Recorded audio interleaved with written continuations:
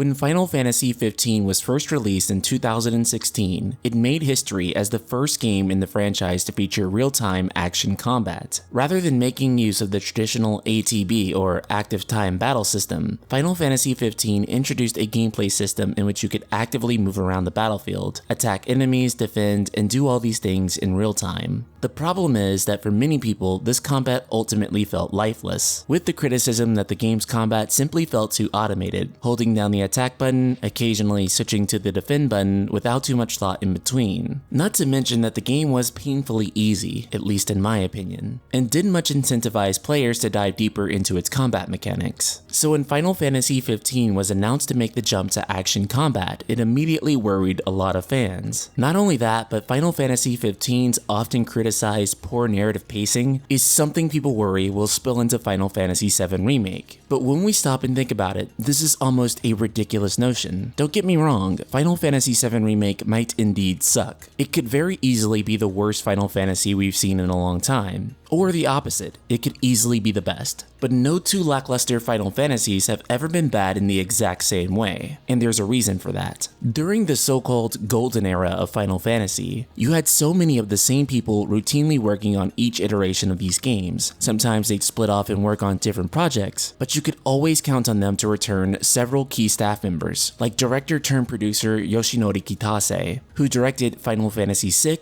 Final Fantasy VII, Final Fantasy VIII, and Final Fantasy X. Oh, and he also directed Chrono Trigger. You could also count on a story written by the legendary Kazushige Nojima, and an original soundtrack composed by Nobuo Uematsu. As time went on, however, it became a rarity to find all these staff working in the same place. In the meantime, Final Fantasy XII, Final Fantasy XIII, and Final Fantasy XV would all come to see different directors, teams, and vision for what the next Final Fantasy should be. Final Fantasy VII Remake here differs instantly. In the case of Final Fantasy VII Remake, this is the most all-star development team we've gotten from Square Enix in years. They've attempted to get every single person back to return to work on the remake that worked on the original. And while a lot of these people are now retired or work for other companies, they got back most of the key members here. Former director Yoshinori Kitase is now the producer. Tetsuya Nomura returns as both a character designer for the main cast and the main director of the project. Kazushige Nojima, the man who penned the story and scenario for the original Final Fantasy VII, has returned to write Final Fantasy VII Remake. Even Nobuo Uematsu has returned, in spite of his health concerns, and will compose updated arrangements for his legendary score. Of course, being worked on by a different team alone almost guarantees by default they won't make the same mistakes as Final Fantasy XV. After all, they weren't the people who made the mistakes in the first place. This doesn't mean that the game will be good without question. It just means that it will be its own thing, and it's a false analogy to compare the two. It means you may not have enjoyed both Final Fantasy XIII and Final Fantasy XV, and admittedly these games definitely are loaded with flaws. But one thing that cannot be said about Final Fantasy XIII and Final Fantasy XV is that they have the exact same flaws. In fact, in a way, their flaws are almost the exact opposite. Arbitrarily, you might could say that both of these games handle storytelling poorly, but the root causes are entirely different. Final Fantasy XIII dumped a lot of exposition and lore into data logs, whereas Final Fantasy XV just chose not to clearly explain anything to you. Final Fantasy XIII is consistently criticized for its overall linearity, whereas Final Fantasy XV is criticized for its often cited lifeless open world and a structure that doesn't lend itself well to great storytelling. Even though these games might share flaws on a macro level, it's for entirely different reasons. And again, this is primarily because they are done by different people, different teams, different engines, and different design philosophies under different circumstances. And because of this, Final Fantasy VII Remake, for better or for worse, will be different than all those games without question. The concerns about the game's battle system highlight this discussion, operating under the assumption that Final Fantasy VII Remake's battle system is an alleged copy and paste of Final Fantasy XV, or the even less informed claim that they reuse the same battle system. But from everything we've seen and everything we know, this is obviously not the case. First of all, the claim that it's a copy and paste is just objectively not true, as FF15 was made in Luminous Studio Engine and this is being made in Unreal Engine 4. Purely from a code perspective, they'd still have to rebuild that from the ground up.